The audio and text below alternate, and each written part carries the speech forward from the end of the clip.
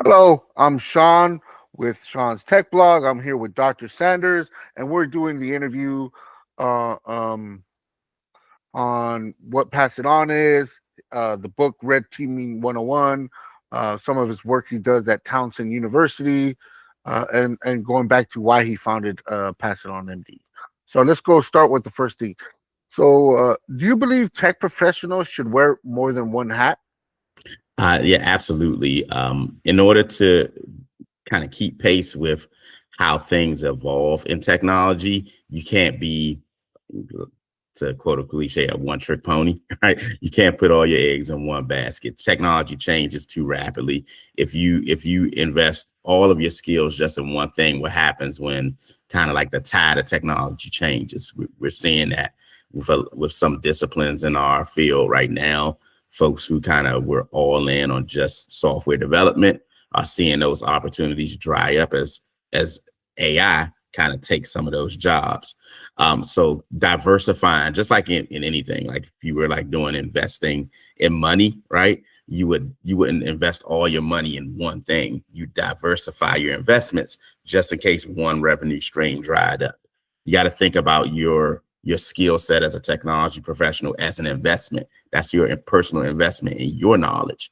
You can't just invest in this one thing, because what if that dries up? You got to diversify. Okay. And I, I want to talk a little bit on the Red Teaming 101 book that um, can I ask how did you collaborate with David Meese to work on this? Did you guys, and how long did it take, or how long, when did you start this project? So Dave actually reached out to me on LinkedIn. So for those who are not on LinkedIn, get on LinkedIn. You make some great connections there. But he reached out to me because when he first started working on the book, he was partnering with a publishing company that I had worked with already to publish my first book on Chrome OS systems administration. So he reached out to kind of ask about my experience working with them and what the book writing process, because this was Dave's first book as a lead author, just kind of asking for advice. So I gave him some advice, but then after learning about the topic, I offered to say, hey, if you want some help writing this book, I'm down. And he was like, okay, awesome. So we started collaborating online, building out what the outline was going to look like. We were working together with that publisher, but as the project moved forward, we started to see that our vision for what we wanted the book to be and the audience we wanted the book to impact, because both Dave and I both have a passion for impacting people who are trying to get into the field. Because if you're like new to the field or not in the field and you're interested, one of the things that you'll see is that there are a lot of what we call gatekeepers in our industry, and especially in cybersecurity. There's a ton of people who want to keep you out. So we wanted this book to not be another gatekeeping activity. We wanted it to be an opportunity for somebody to learn and then be able to get into the field, even if they're coming in with limited knowledge. So as we started to kind of gear the book in that direction, the publishing company wasn't really on board. So we decided to pull our project from them and actually just go forward with it ourselves. And that's how we ended up with the 101, the Red Teaming 101, where, again, it's geared specifically towards folks who are beginners, who are just trying to learn this for the first time, figure out a way to practice and hone their skills so that they can break into the field of cybersecurity. The process was kind of lengthy. We were working with the publisher for about 6 or 7 months before we decided to pivot away from them. And then another couple of months of us, strategizing what we were going to do in order to get off the ground. So all together, it took about almost close to 2 years to get from beginning idea phase to available for purchase in Amazon. But it was worth the journey, and it actually is kind of par for the course. It takes a while to write a book. With all of the actual writing, and then the editing and the clearances that you have to get for like graphics and things like that. It's a pretty lengthy process. But hopefully people who get it will enjoy it and learn something from it. This has been insightful for me. It makes me think of. Do you think other people that have this is like a side that are different disciplines of tech should think about sharing their wisdom through books? Uh, De- de- Definitely. And I wouldn't say just exclusively books. Like what you're doing here, Sean, is awesome. Like I think sharing your knowledge in general is something that everyone should do. It kind of ties back into my nonprofit with Pass It On. The reason I named it Pass It On is because one of our core kind of tenets is that you don't gain this knowledge in any field, but specifically for me in tech, I didn't gain the knowledge just to keep it to myself. I gained it to pass it on to the next group of people. And I think books, blogs, YouTube videos, all these things are ways that we can continue to push the field forward by people learning things and then sharing their ideas with others. And at my core, as a researcher, a cybersecurity researcher and a tech researcher, that's part of the game, right? Everybody is learning, but then we're learning from each other, and then we're taking what we learned and adding our own little piece to it. In research, we call it like building a brick wall. Nobody can build a brick wall themselves, right? But you can add your own brick to it, right? So this is you. The book is us, me and Dave, adding our brick to that wall of knowledge. That is cybersecurity. Your blog here is you adding your brick to that wall, and then over time you get this huge building, this body of knowledge that without everybody's individual contributions wouldn't exist. okay, nice. Yeah. Yeah, it's insightful going back to the publishing too, as well. Like that, the freedom of what you can or your project. And now I'm glad that I went with Kendall. I have a little something I'm working on that I'm releasing Nice. next month.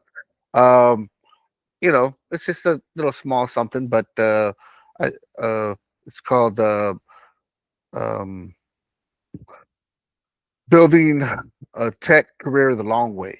A lot of it's bunch of my mistakes, but anyways, moving on here. Now you have been a clinical assistant professor at Townsend University. So what is it you're doing there? Because you have like this cyber something there. I forgot what Yes. cyber. You're in Cyber charge for All of. Center. Yep. Yeah. So my day job, I wear a lot of hats. So besides the nonprofit work I do, I'm also a full-time faculty member at Towson University. We're a regional university here in Maryland. We're actually, even though we might not be like international, we're actually the second largest university in the state of Maryland. We're a public university and part of the University of Maryland system. But one of our claims to fame is that we are very tightly tied with the NSA. And one of the projects that we have that was funded in part by the NSA is our Cyber for All Center. So the Cyber for All Center is our cybersecurity center. We run a number of research labs out of the Cyber Center. In addition to my role as a professor, I'm also the associate director of the Cyber for All Center at Towson. And I have a research lab called the TU Mock SOC, so SOC Security Operations Center. I launched that lab even before the Cyber Center opened up. I was actually one of the first fellows for the Cyber Center because I came to my director, who's now a vice president at the university, with this idea of providing opportunity for students to get actual hands-on training. Because one of the gaps even in higher education is that in our industry, everybody wants you to be able to come in knowing how to do the job, like hit the ground running, like with hands-on skills, but nobody wants to give you the job so you can actually develop those hands-on skills. So it's like this catch-22. So in thinking of different ways to close that catch-22, it's like, hey, why don't we create a place where people can develop those hands-on skills that you can't just get from the classroom, from reading a book or watching a video. So I developed this SOC, which is it's a mock SOC. It's literally, you walk into the building, it looks like a security operations center with the walls, the screens, and the software deployed, and everybody comes in. And when they're in there, they're working in a SOC, working through simulated SOC events so that they can develop that kind of muscle memory to become that security operations center analyst that they want to be when they graduate or leave the program. But besides that program, we also have research going on concerning election security. Our cyber defense team operates out of the SOC, and we also not out of the SOC, but out of the cyber center. And we also host what they call Clark. Clark is the NSA's repository for all K-12 higher education cybersecurity curriculum. My director, Dr. Blair Taylor, and one of our vice presidents at the university, Dr. Sia Kaza, actually developed this for the NSA as a research project about 7 years ago. After the research project ended, they were able to turn the project into a 501c3 nonprofit called Secure Ed, and Secure Ed owns all the rights to Clark in partnership with the NSA. So anytime the NSA has a funded project where it's going to produce some type of curriculum, like cybersecurity curriculum, it gets housed at Towson University inside of Clark. So and Clark is free. So if you're new to the field, you're new to cybersecurity, and you're looking for like content, anything ranging from like short labs all the way up to full college courses, you can just go to Clark. Let me get their website right. Okay. Clark.cyber. Sign up for a free account, and you can download content from there. And that could be another learning opportunity that you can add to your toolbox. Nice. Nice that you have a partnership with the Townsend has a partnership with Clark, and Clark has the partnership with NSA and housed there, and then you got that SOC environment. And with the SOC environment, are you having them work on different roles, SOC 1, SOC tier level 2, and then a SOC manager, and in that SOC environment? So right now we're focused mainly on the SOC level 1 analyst. So what I did is I developed a class course that just got actually added to the university's regular course catalog. It started out as a special topics class. It's kind of piloting it, and it went real well. So now it's a regular class that students can take. It's like an upper level elective, but it focuses specifically on that tier 1 SOC.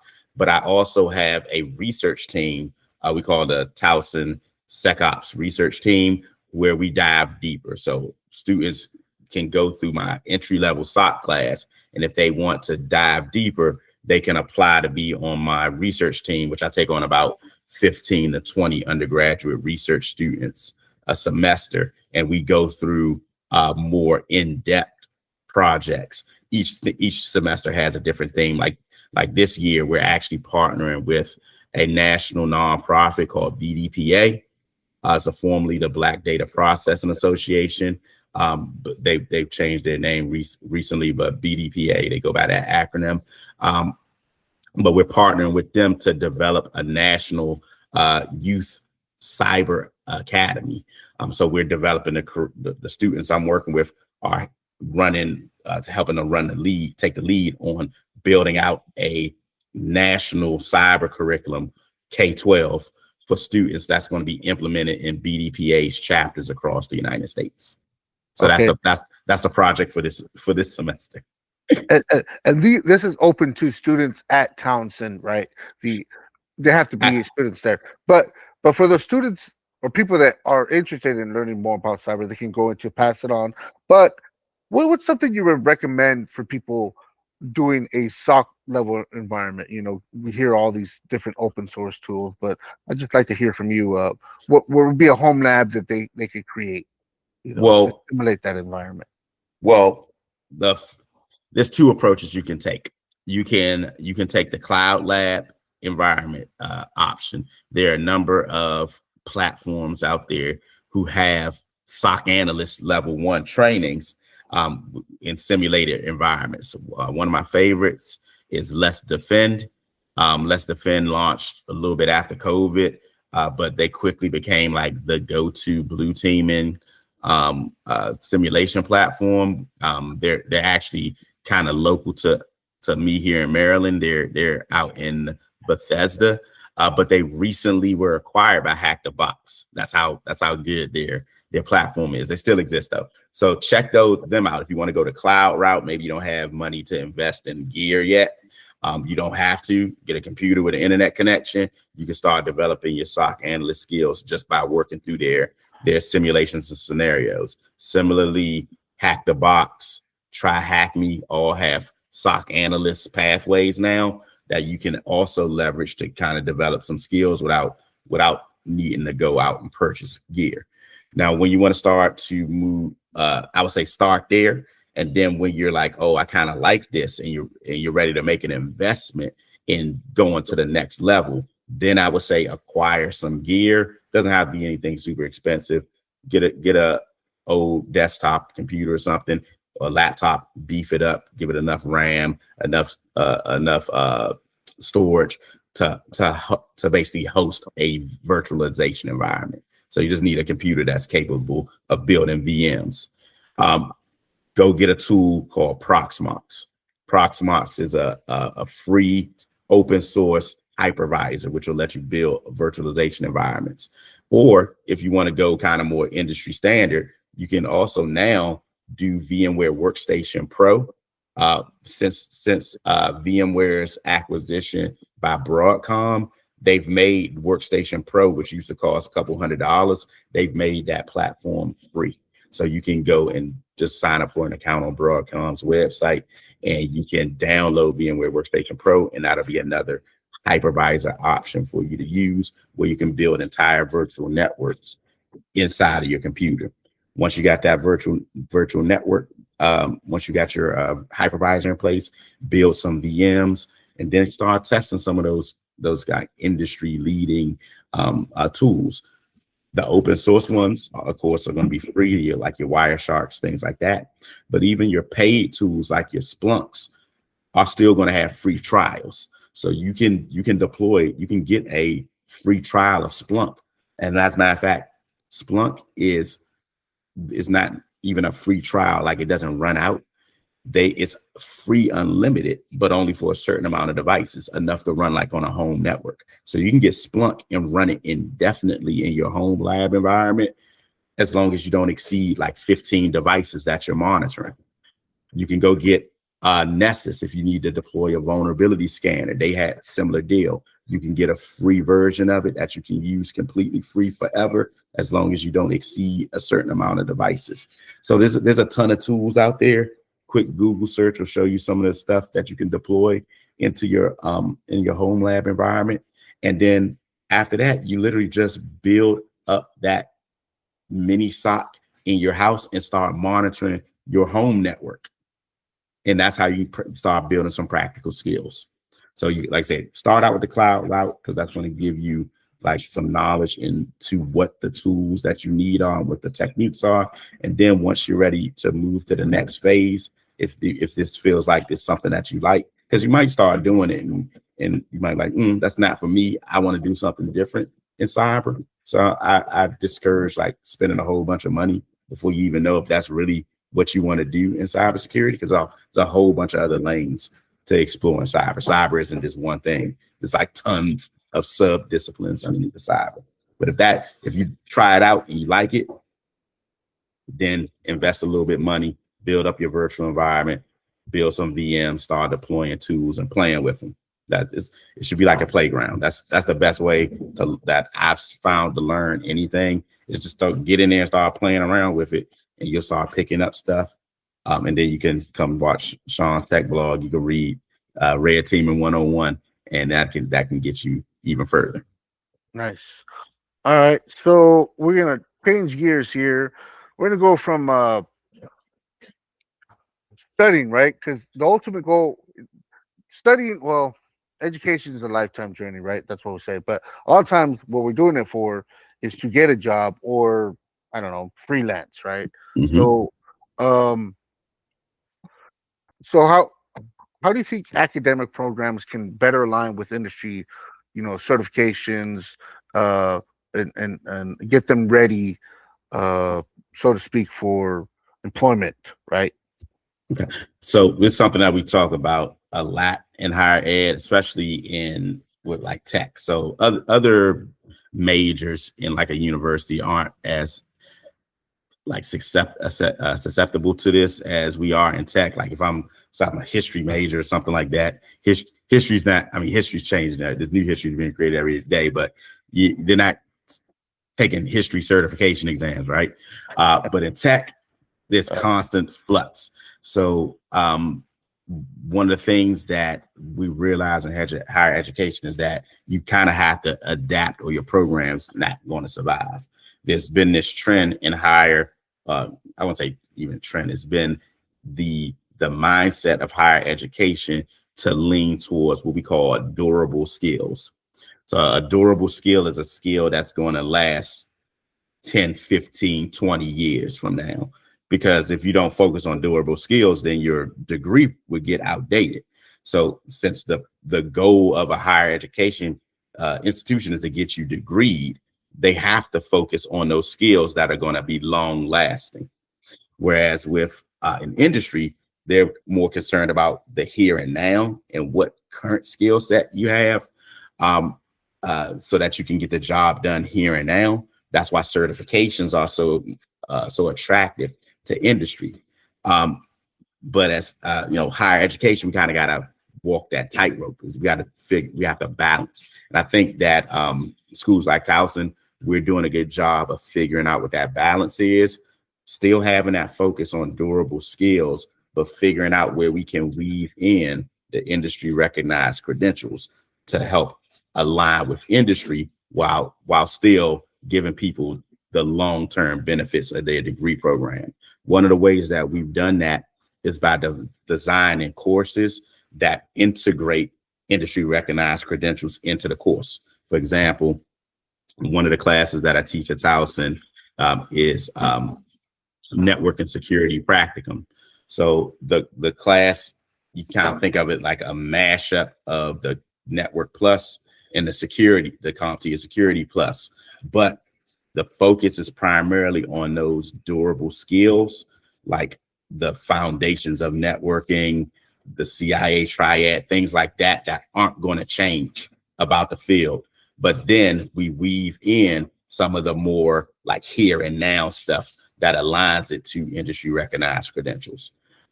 Similarly, I teach enterprise cloud computing class where I'm like I'm teaching about the overarching principles of cloud computing, but then I start weaving in the specifics of here's how you do that thing in AWS, or here's how you do that specific thing in Google's cloud or Microsoft Azure. And that helps people get ready for the certification without ignoring the fact that they're, even when that certification expires, they're still going to need a strong foundation to keep moving forward, to basically understand a broader technology beyond just getting ready for the cert. Because the last thing you want to do as a professional is just train for the certification, because certifications expire, right? So what happens when that knowledge that you had about that specific product is no longer useful?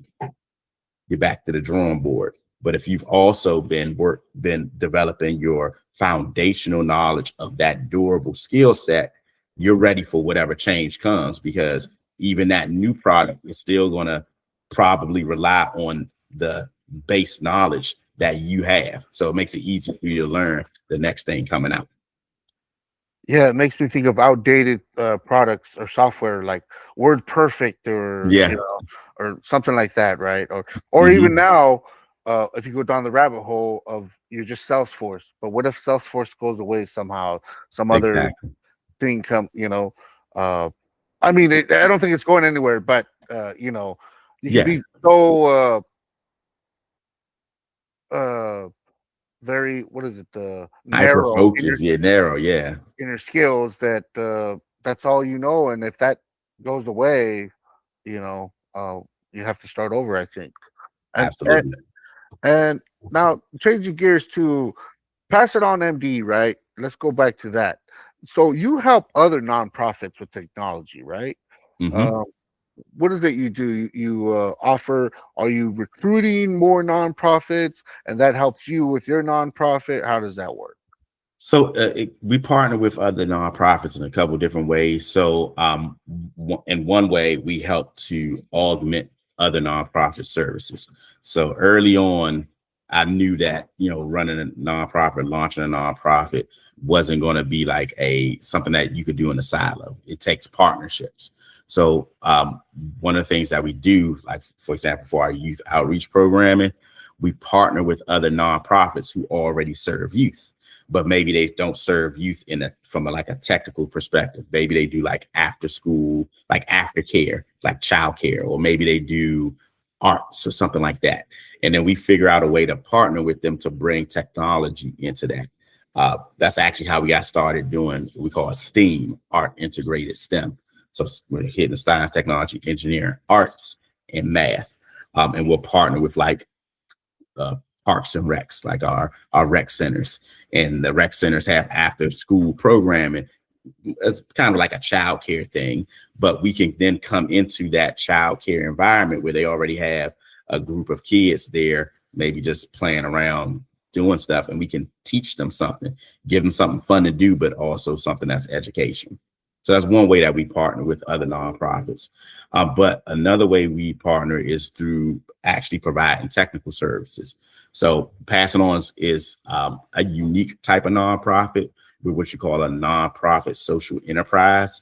So that's a nonprofit that operates like a for-profit business, meaning that we do fee-for-service activities, but unlike your typical for-profit that's doing it they're doing those fee-for-service activities just to make money for profit.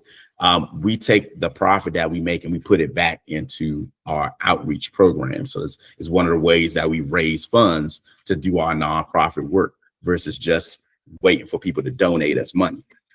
So one of the things that we offer for fee for service is technical support. It's like, because when we were a new nonprofit and I was like looking for funders, nobody wants to give you grant money when you're unknown, right? They're like, who are you? I'm not giving you $10,000. I don't know who you are.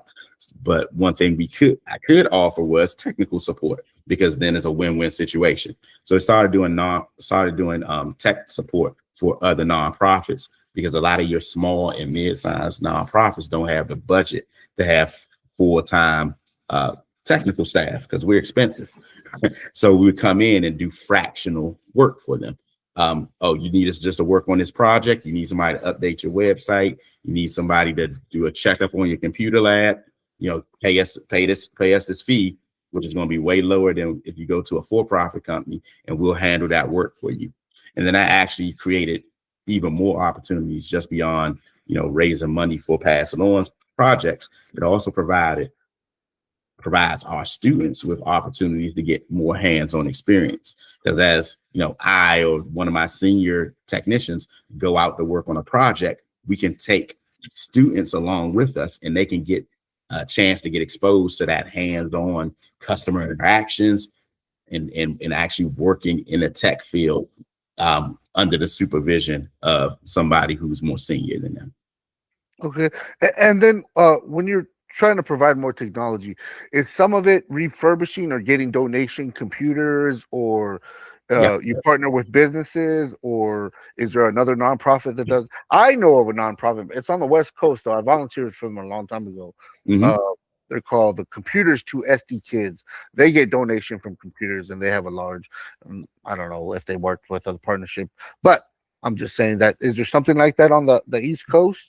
Yes. So there are a couple of different we call them refurbishers out there. So we are a small scale refurbisher. We're actually expanding our refurbishment operation right now. But what we do is we're partnered with Maryland state government, because the US federal government has a mandate that they can't throw anything away. Basically, everything has to be repurposed.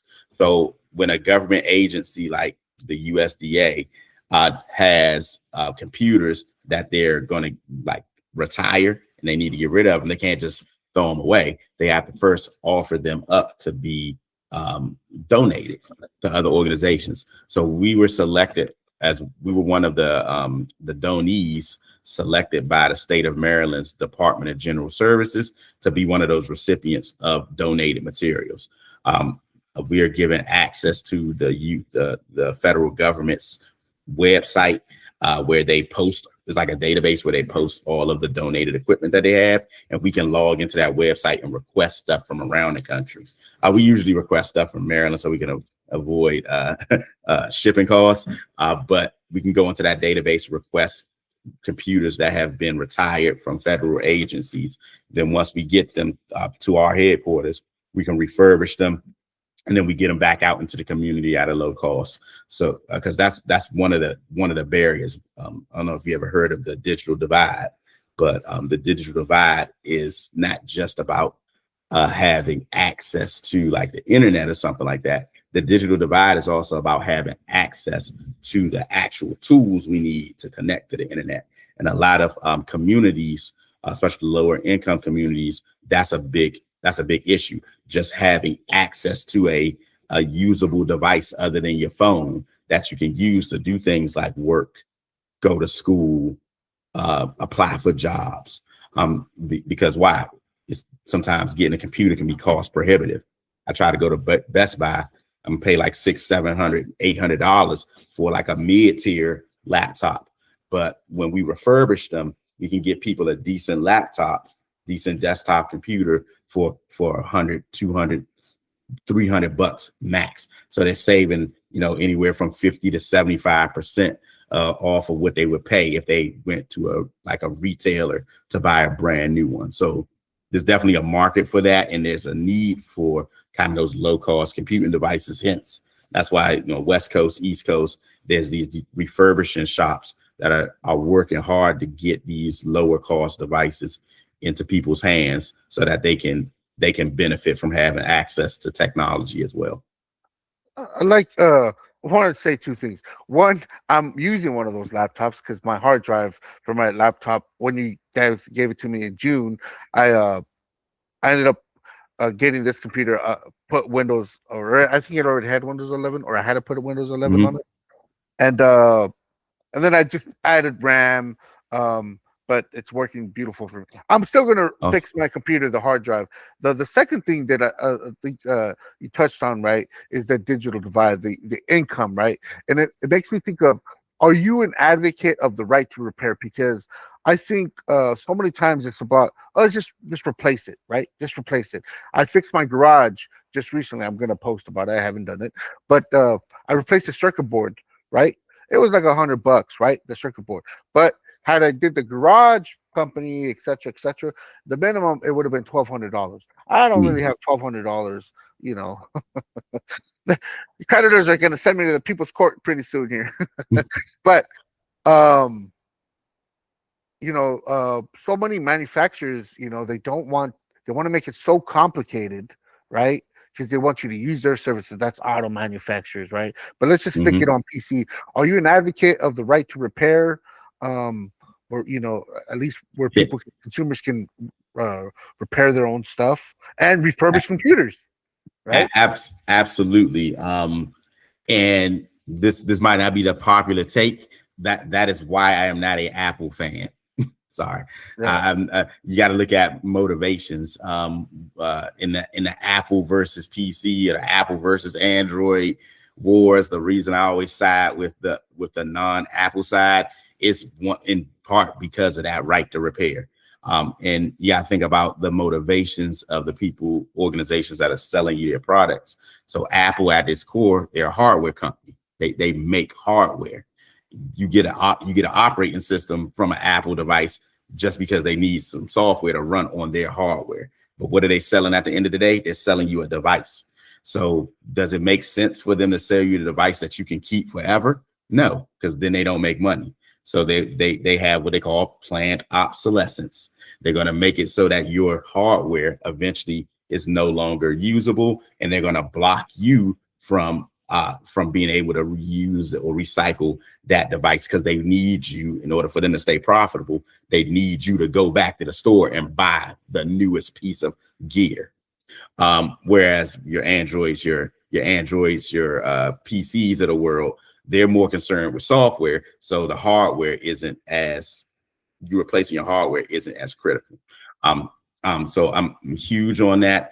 There are workarounds for Apple. There are ways that you can turn an Apple device into something else and extend its life.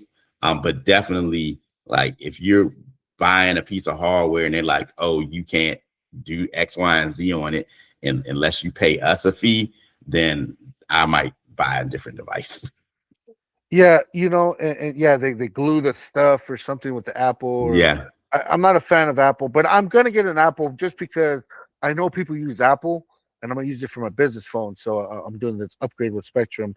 But I also, that's that. It's kind of going off topic, but it's still in a digital divide because so many other large technology companies are on the subscription model, right? They don't want you to own nothing, right? They want you to just pay us for Office 365, right? There's certain things you need. There's all open source alternatives too, right? That's what but that's why it's great that Linux is out there, right? It's open source, right? Yeah. But for certain things, it's always a subscription model. And how do you as a nonprofit navigate that, or how do you work with these if need Microsoft digital literacy or stuff like that? So one thing that I will say is that even with the subscription model, because nonprofits have a large enough voice, we do have organizations that advocate for us. A lot of your organizations are willing to, like your big companies, big tech companies, are willing to give at least some level of discount or sometimes even free access to a nonprofit. So that is one benefit, I would say. Even though subscriptions can be costly, and even though the subscriptions you never own them, if it's a subscription based thing, that means it's usually cloud based, which means that their cost on their end for producing it and providing it is less, which can lead to them being a little bit more friendly when it comes to giving it away. So for example, Microsoft 365, if for individuals, you have to pay a fee. But if you know how to navigate the system, they do have a free tier for nonprofits. So through PassITON has been able to, for the last couple of years, have Microsoft 365 E1 licenses, and now Microsoft Business Basics licenses for completely free, up to 300 licenses, absolutely free for the cloud only level of access to Microsoft 365. Google has the same thing. Google Workspace. If you're a nonprofit and can prove that you're a U.S. nonprofit, they give you your organization 100% complete free cloud-based access to Google Workspace at their kind of entry-level business tier. So it's part of it, at least from an organization perspective, is knowing how to navigate and where to kind of find those deals and find those things that are benefit. But on the consumer side, it can be a little bit more challenging, but there are still some opportunities there too. Like if you're a college student or sometimes if you're a veteran, different things like that, where you can kind of find a way to benefit from that subscription model, and the fact that it's cloud, and the fact that they don't have to pay as much to distribute it as they would if it was like a physical thing, like old school when you had to physically buy a Microsoft Office disk. They're not giving a huge discount on that because they had to print that disk and they had to ship it somewhere. So all that cost has to be recouped, versus them putting it up on a server and saying, hey, here's your login. That cost them like next to nothing. Kind of like unlimited minutes, right? No, just Right. so touching, Did you have at one point, because I have to stay on my brand here, right? Uh, you had a gaming thing, right, for students, right? Hmm. You still have that going on? Yeah. It's like a Yeah. capture the flag, or it's like where you have them play games, but then you're trying to teach them technology too. What is that? Well, it's a couple different implementations. So one of our youth outreach programs, we call it the Game Changers Club. We teach kids video game art and design, basically the tech behind video games. We teach them Ah, video game art and design, but also we teach them the fundamentals of esports. So that's one of our kind of video game tie-ins there. So they're learning the graphic design, the audio engineering, all the digital art, all of the programming, all of that stuff that it takes to actually make a video game, so they can go from being a consumer, just a consumer of the technology, to actually being a creator. Um, and then the fundamentals of esports too, like what does like professional gaming look like, or competitive gaming look like, because there are schools out there like giving out college scholarships oh for wow, yeah, I yeah. didn't know that. So yeah, there's even whole degree programs. What the school I got my doctorate from, Capital Technology University, they're a small private school here in Maryland, but huge connections to DOD and NSA. But because they're a smaller private school, they don't have like a football team. So like, oh, they're like, okay, we're a tech school. How can we get into sports? And it's like, okay, we're gonna have an esports team instead of like a football team. And there's an entire college circuit for competitive gaming, because it is a multi-million-dollar industry now. Right? They sell out arenas some places, people watching other people playing Overwatch and some of the and Dota and some of those other big competitive video games. So they launched the whole degree program in esports management, where if you can learn how to manage one of these esports teams for a company or corporation. So that's one aspect. The other way that we implement gaming is with cybersecurity, with capture the flag. Or CTFs. So I got a chance to go to this conference one time in Texas, and I heard one of the speakers, he put cyber, like he put it into a lens that I had never heard of before. But he was like, his quote was, cybersecurity is a sport. And as I thought about that, I was like, yeah, it kind of is a sport. Think about how we train for cyber and how we even classify roles in cyber. Red team, blue team. That's straight from video games, right? Remember was it Double Dragon back on Nintendo? Yeah, the red guy and the blue guy, right? Red team, blue team, right? And then the way we practice we kind of hone our skills in cybersecurity is typically gamified. We have these capture the flag things where you're finding things, you're capturing flags, you're earning points. Whoever earns the most points by the end of the time period wins the capture the flag event. It's all a big game. So we leverage that kind of competitive nature that sports and games gives you to help teach cybersecurity as well. And there's a lot of different platforms out there that can enable you to do capture the flags.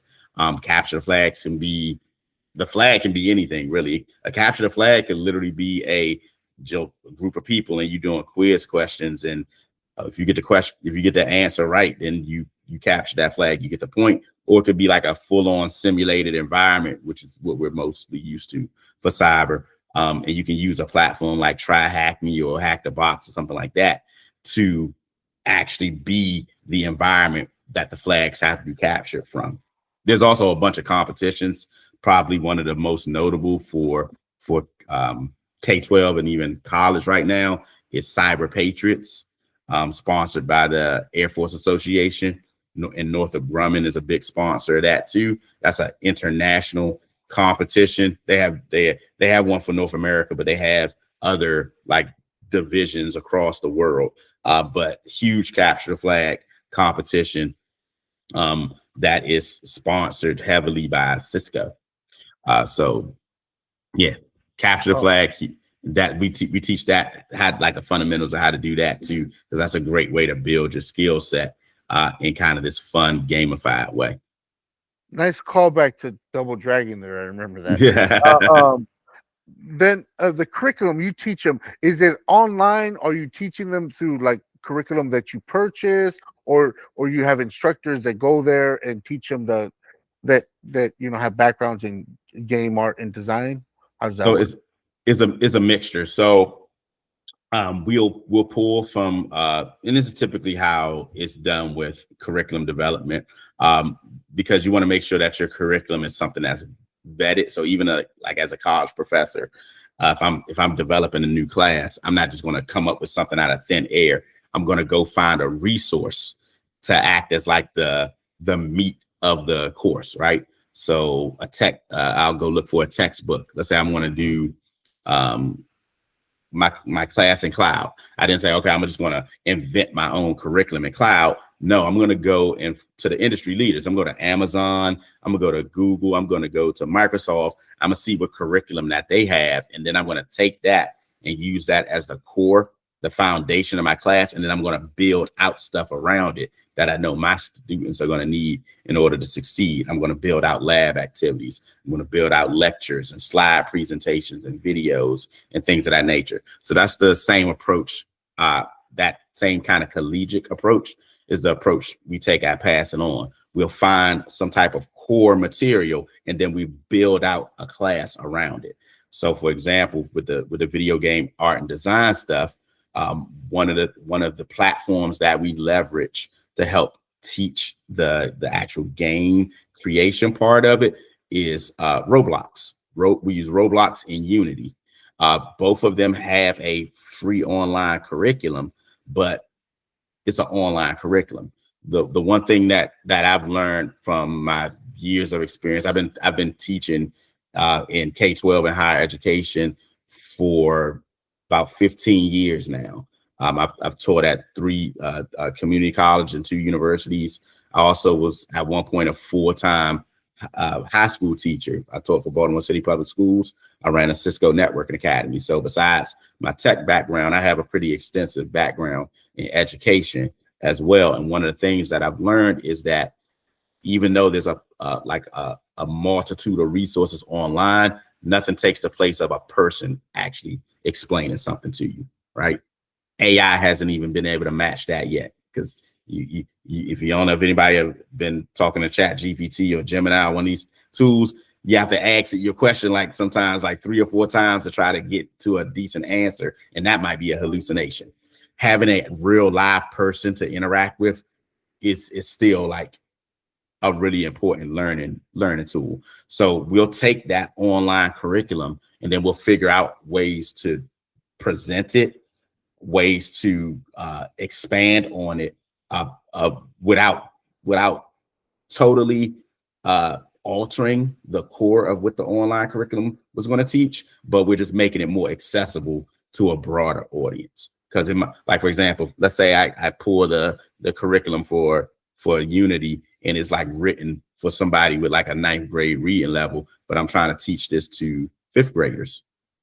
If I just hand them that curriculum, they're not going to know what to do with it. But if I can take it and I can design something that's at their grade level that they'll understand, even a 5th grader can now start to do that, because the human element is helping them to really comprehend and understand the activities. And then maybe we take some of the more complex, like hands-on stuff, and break it down to simplify it so that even this 5th grader can handle it.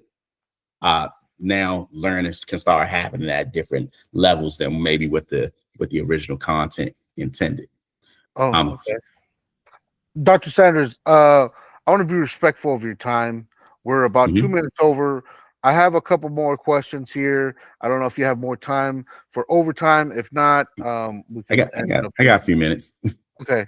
All right. So let me go into let's get to advice for I don't think we touched on it too much, but for people that are changing careers, right? That trying to get past the gatekeepers, or depending on their age, or changing careers, or they're trying to get into tech, right? There's so much advice out there, but also, what can a school, right? Because they teach, they train them, right? And then there's employers out there, right? The industry. Oh, we want this, right? They tell the schools, right?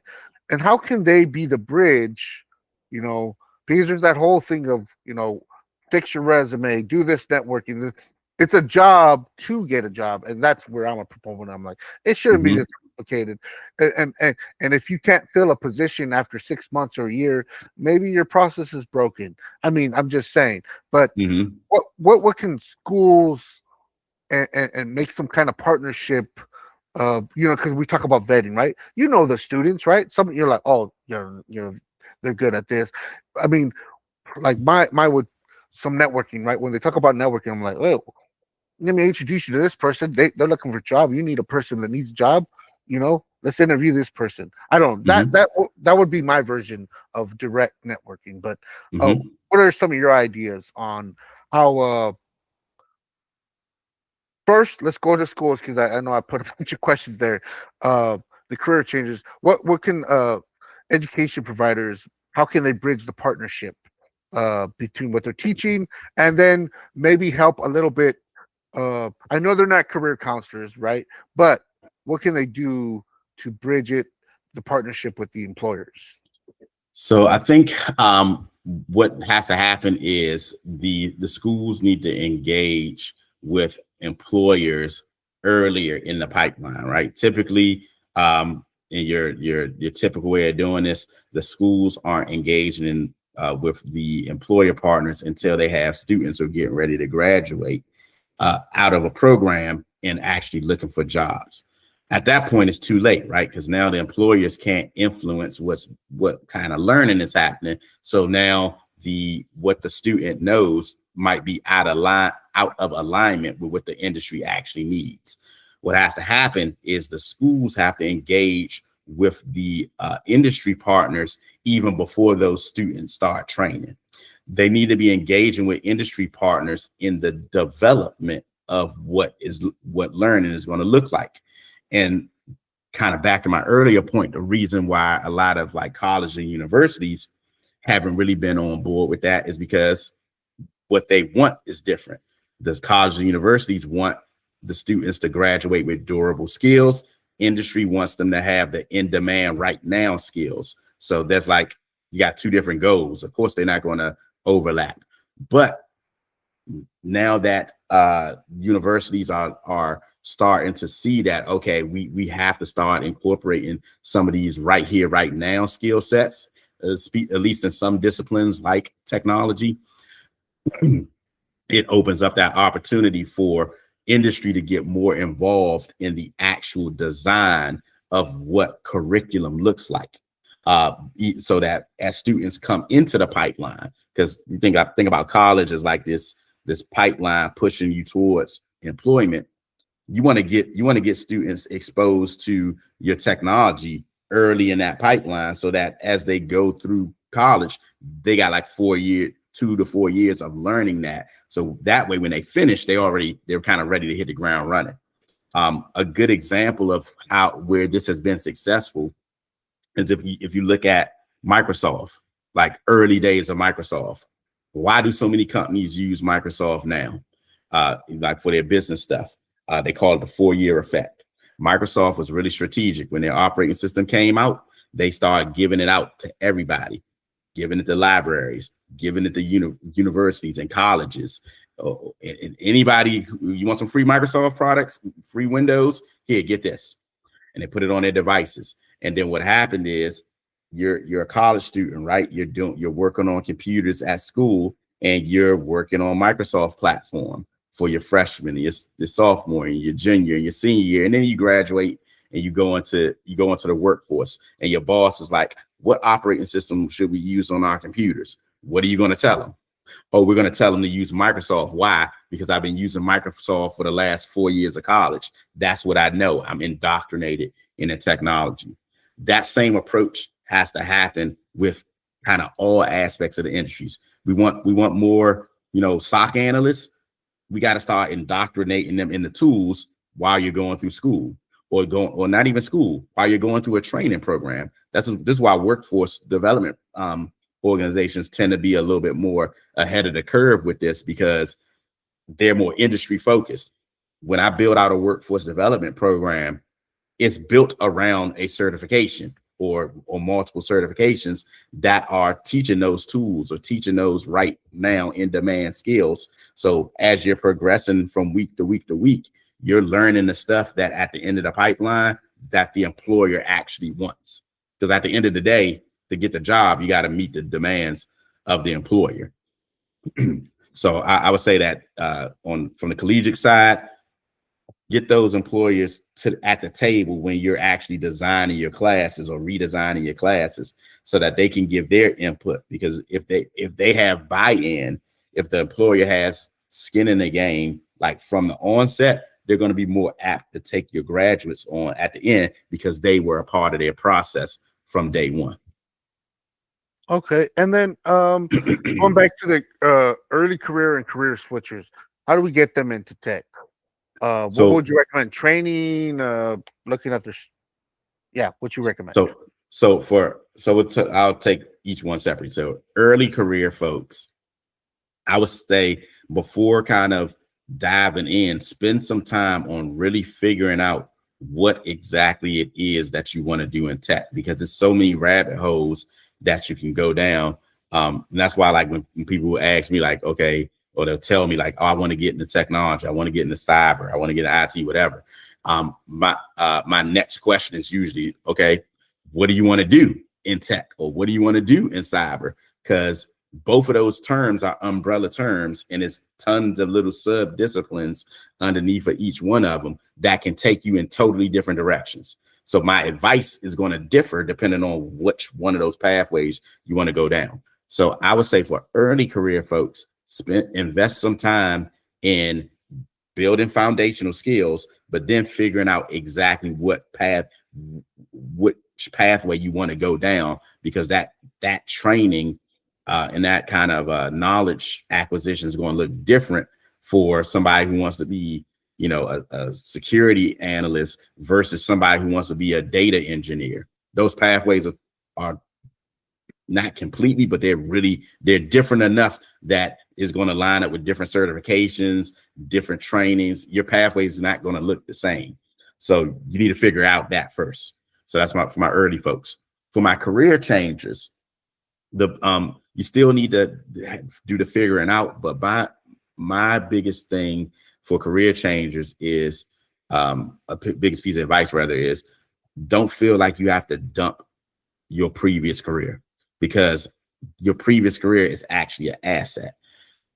Technology is unique, or the technology industry is unique in the fact that it's the only industry that's across every other industry, right? Healthcare has a tech component. Finance has a tech component. Public policy has a tech component. Like, you can't think of an industry that doesn't have an IT department. So if you were working in one of those industries already, and now you want to do tech, you don't even have to leave your current industry. You just got to learn the tech side of your industry. Maybe you were a nurse, but now you want to do tech. You could do health tech, because you already know how hospitals work. You already have all of this insider knowledge of how that industry works. That's going to make you more marketable than somebody who's coming in from scratch trying to be a health tech professional. You already worked in a hospital for X amount of years. That gives you a leg up. And now you just add the tech on top of it, and you're kind of a shoo-in for that job. So I would say, don't abandon, for my career changes, don't abandon your actual industry. Just figure out what tech your industry uses, and then focus on learning that. And then now it's not really a career change. It's kind of still a career change, but it's not an industry change. You're just kind of switching gears from what you used to do in that industry to doing the tech part of that industry now. Okay. And then let's finish up here. What's a book or resource you think people should read? They should read Red Team. Red Team. Nice. Let me see. Book or resource. My biggest resource is not an individual thing. It's a platform. YouTube University. Right. Okay. if you're just trying to get started in tech, there's folks with entire YouTube channels probably dedicated to the thing that you're interested in. So that kind of discovery process, which used to be a little bit more difficult before platforms like YouTube existed, now at a couple clicks of a button on your your computer, your phone, you can do a whole bunch of background research, even see like kind of in-depth videos on these different areas of technology that you might be interested in. Some people have entire channels dedicated to like what their life looks like as working in that profession, right? So you can do a lot of recon just by watching YouTube, and that can help you narrow down like what it really is that you want to do in tech, and then even help you to start developing some of those early skills in technology. So I think having YouTube is a huge benefit. So take advantage of that one. Okay. Any final words you got for anybody, or things that we didn't touch on? I don't know. Keep learning stuff. Connect on LinkedIn. Hopefully John will share our LinkedIn stuff on the blog post.